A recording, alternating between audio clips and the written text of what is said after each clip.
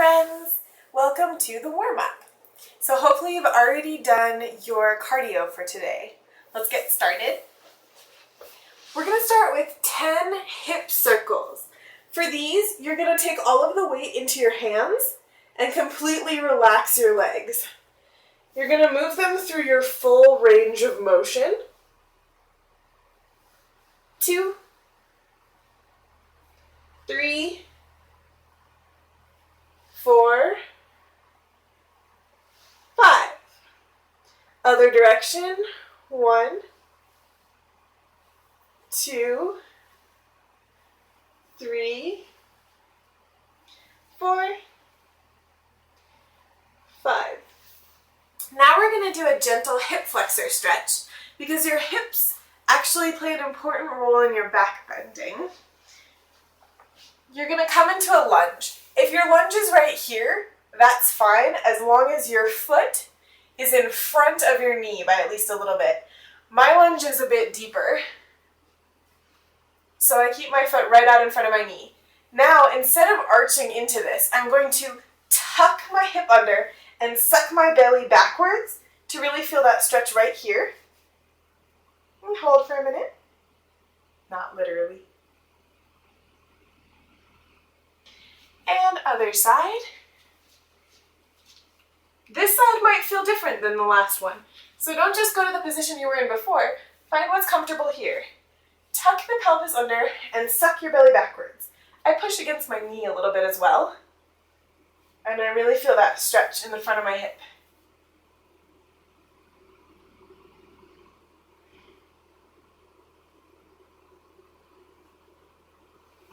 Okay, next is called Happy Puppy.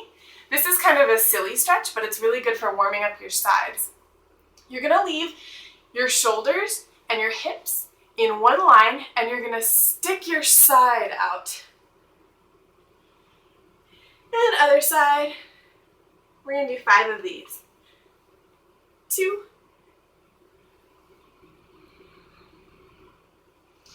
3. You should really be feeling a deep stretch through the side of your body. 4,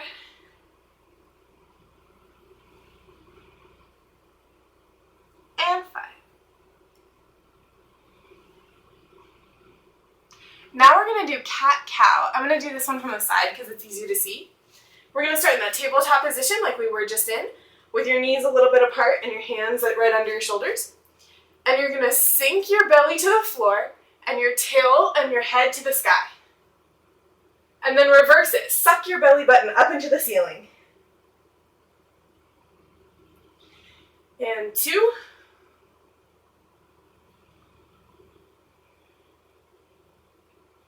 And 3.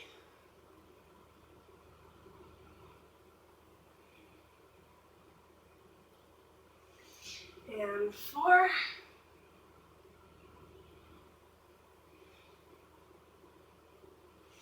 And 5.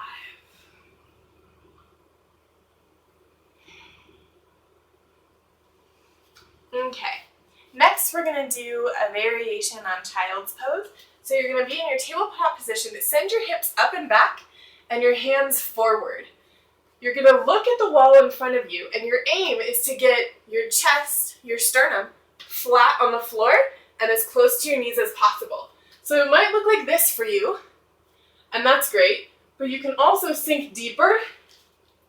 And if you get deep enough, you might need to come up and tent your fingers so that they're up like spiders to get a little bit deeper of a stretch.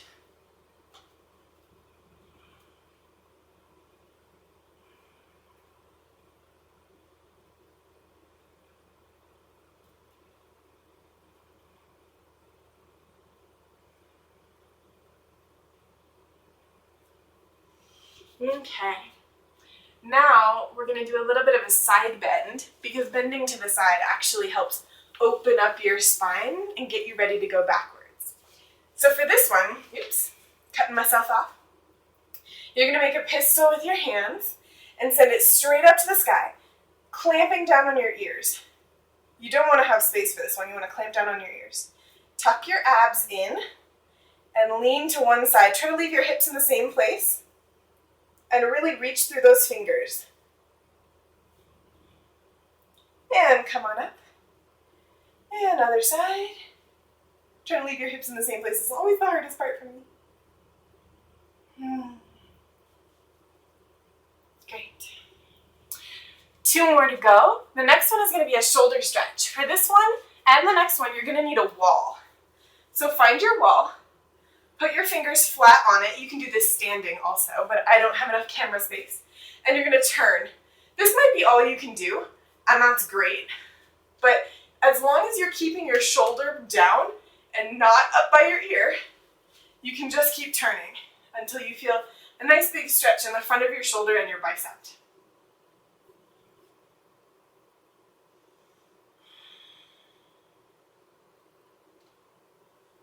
This one's one of my favorites. Come out nice and slow. Come to the other side.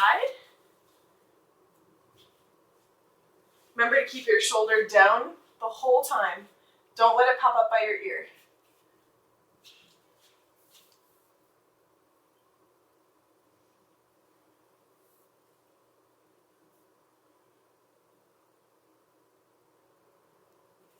Great.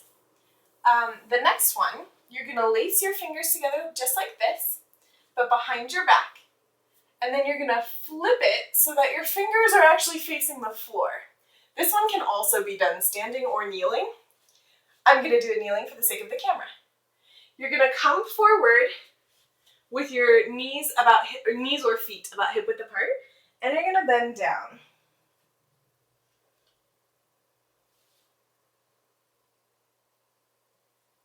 Sometimes this one's a lot easier standing.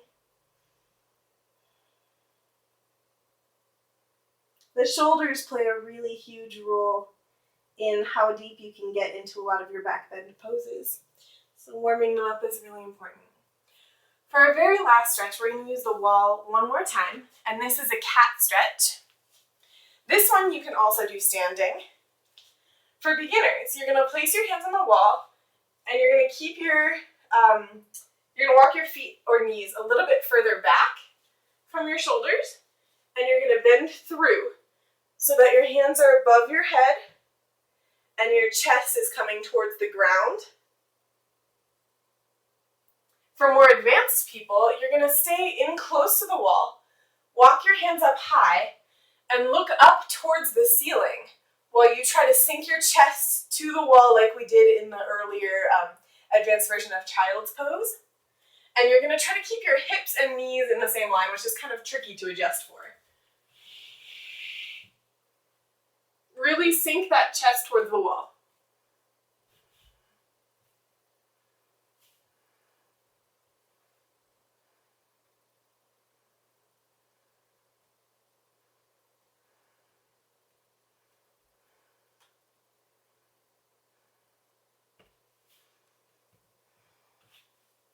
And you're ready to go.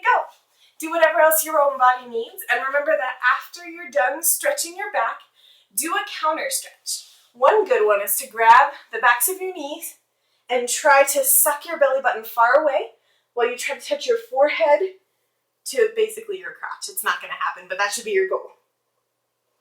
It feels really nice after back bending. Happy bending!